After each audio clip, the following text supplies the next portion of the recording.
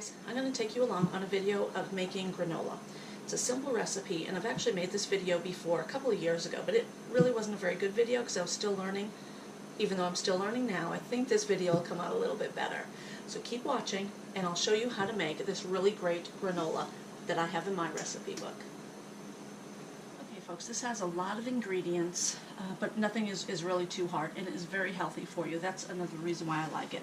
I do make it a lot during the Christmas season to give out to friends and family, but I also make it throughout the year. We take this when we go camping. It's also very good to save on to. It'll last a while. I put it in the refrigerator or just an airtight container, such as my sugar container.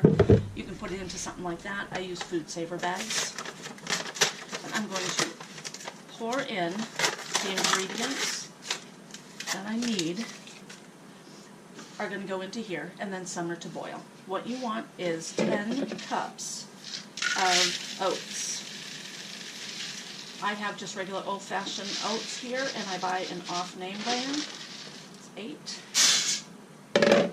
I think this is pretty much 10 cups. Okay, there's 10 right there, and I have about half a cup left. So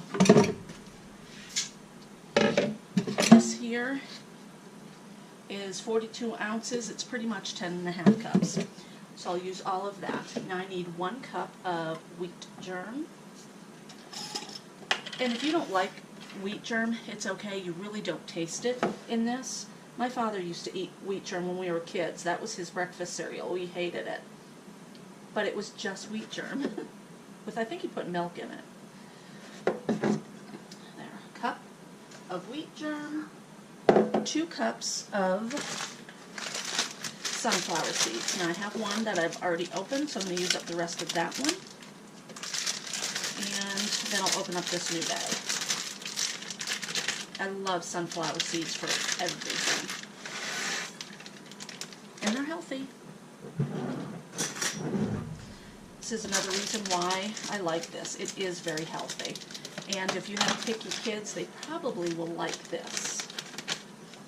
Just don't tell them everything that's in it.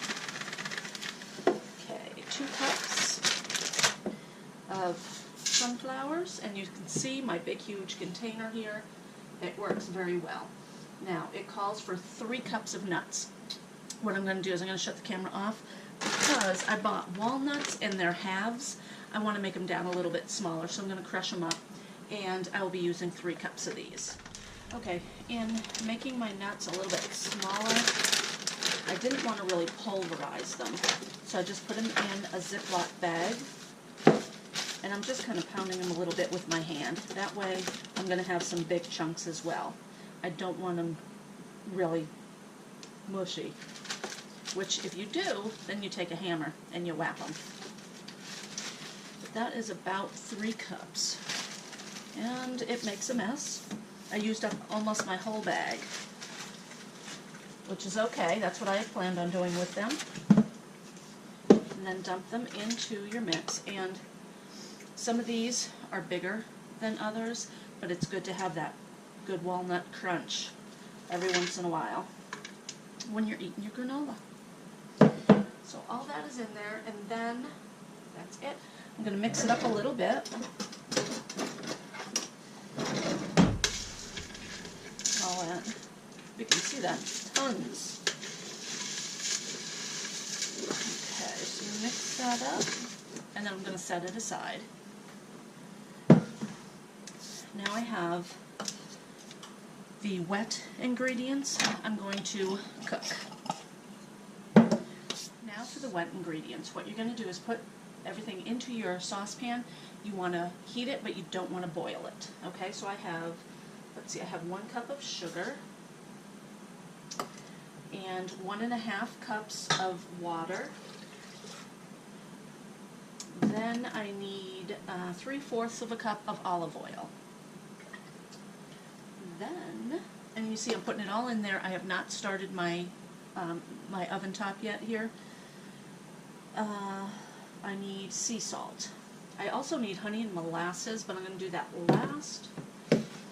Sea salt, some recipes you have to measure precisely. This one here isn't exactly precise, so what I'm going to do with my sea salt, I only need 1.5 teaspoons. I'm just going to dump it in because it's way too hard to try to get 1.5 teaspoons out of this salt.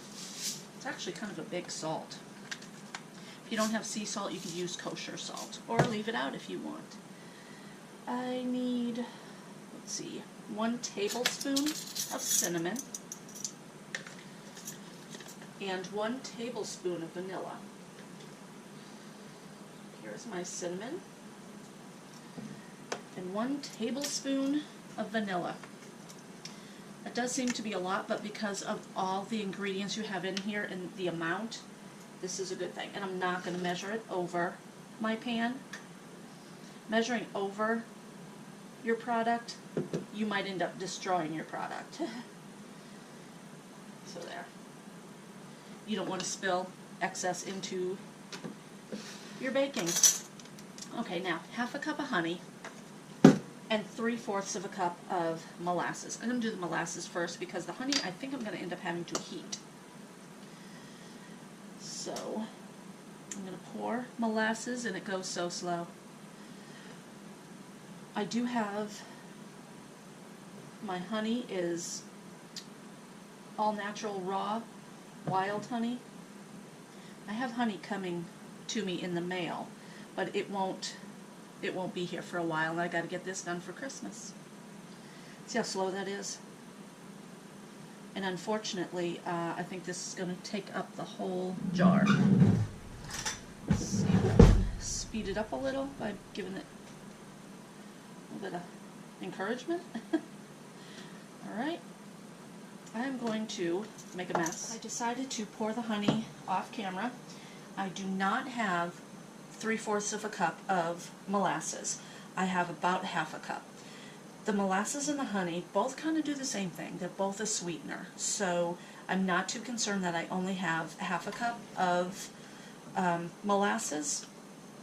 And to tell you the truth, with the original recipe, I cut down the honey because of the sweet. We're not really sweet type eaters. I'm going to turn this on to like a medium heat. So this is not going to be as sweet with less molasses. And that's what I like about this recipe. You can kind of do the way you want to. Okay. There. Ooh, come on me. The honey wasn't as hard to come out because it had been in the cabinet. I hadn't opened it yet. After I open honey, I usually do keep it in the refrigerator. Not sure if you have to.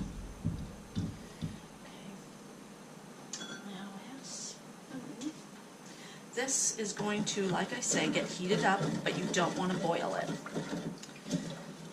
The sugar is going to melt, and once that's all done, you're going to put it in your pot of dry mix, and you want to just keep on stirring and mix it all thoroughly through. I'm going to grab that right now. Okay, this is coming up to a good heat. I looked on the honey bottle, and there isn't anywhere that says it has to be refrigerated. It's just something I do, which makes it really tough to pour, so I need to look into that. I need to clean that mess. Okay, that's coming along well. And you can use any nuts that you want. I chose to use walnuts. I've made this with mixed nuts before. It's got a little bit of a chunk in there. Let me get out my whisk. I can find my whisk. Have you ever redone your kitchen? Changed things around and then couldn't find things? Yeah. Wow, I don't know where I put my whisk, guys. I'll find it. Okay, just mix that around. Now the next process goes really quickly because you don't want this to necessarily cool. You want to really thoroughly mix your dry ingredients with this wet. And I'm going to bring the camera up just a little bit closer so you can see how much is in the pan, and not a super lot. And then of course in this pan, you know, there's 12, 13 cups of whatever in there, so tilt this thing up a little. Excuse my kitchen mess. Okay, I think this is going along pretty decent. I'm going to shut off my fire.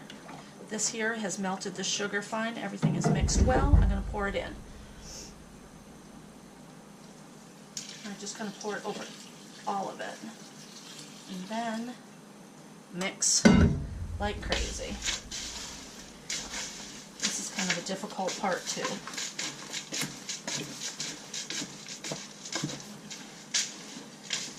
Another thing that you can do with your granola, which I wasn't even thinking, I want to put cranberries into it.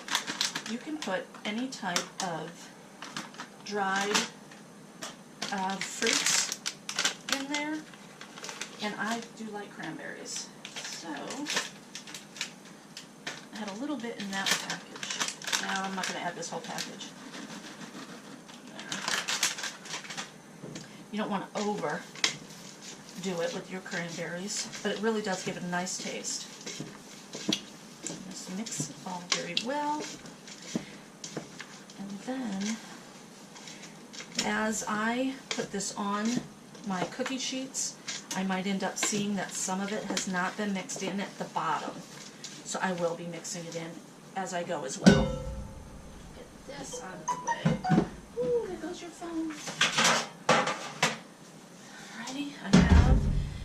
You don't have to grease this because there's enough oils in there.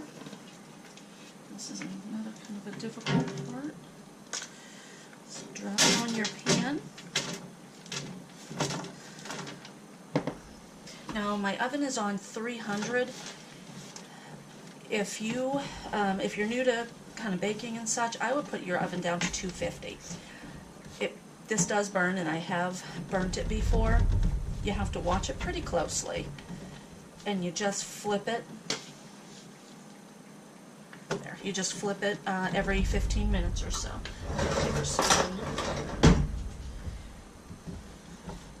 So put your oven between 250 and 300, I think is good. Now, as you can see, as I'm putting this out, things are really well mixed right up at the top, but as I get down to the bottom, I usually find that it's not. I'm going to put this in the oven and plate up this other one, and I will bring you back through. Hey guys, it's been about 40 minutes. I've taken these out of the oven and stirred them up probably 4 times, I think. And this here pan was on the bottom of my stove. One of the things that you really need to watch on your stove is the heat that hits the bottom or the top or whatever. If you know your stove, you know how to rearrange and stir and all that good stuff. I'm learning my stove, so that's why this did not burn this time. They both came out really good, like I said, about 40 minutes, and it's on 300. So you can go a little longer and keep it on 250. But this didn't burn, it all looks really good, and it is tasty. Folks, I'm done. Took about 2.5 hours from putting it in the oven to having it all done. So say maybe about 2 hours and 45 minutes from start to finish, because it does take a long time. My bowl is full, and I have 2 pans over here. Approximately 40 minutes per batch, and I'd put them in, stir it up every 15 minutes, and it was about 40 minutes before it was really done. So it is delicious. I love it. I actually already sent my husband over to his friend's house with some. But if you have not tried making your own granola, do so. There's a walnut. It is really good.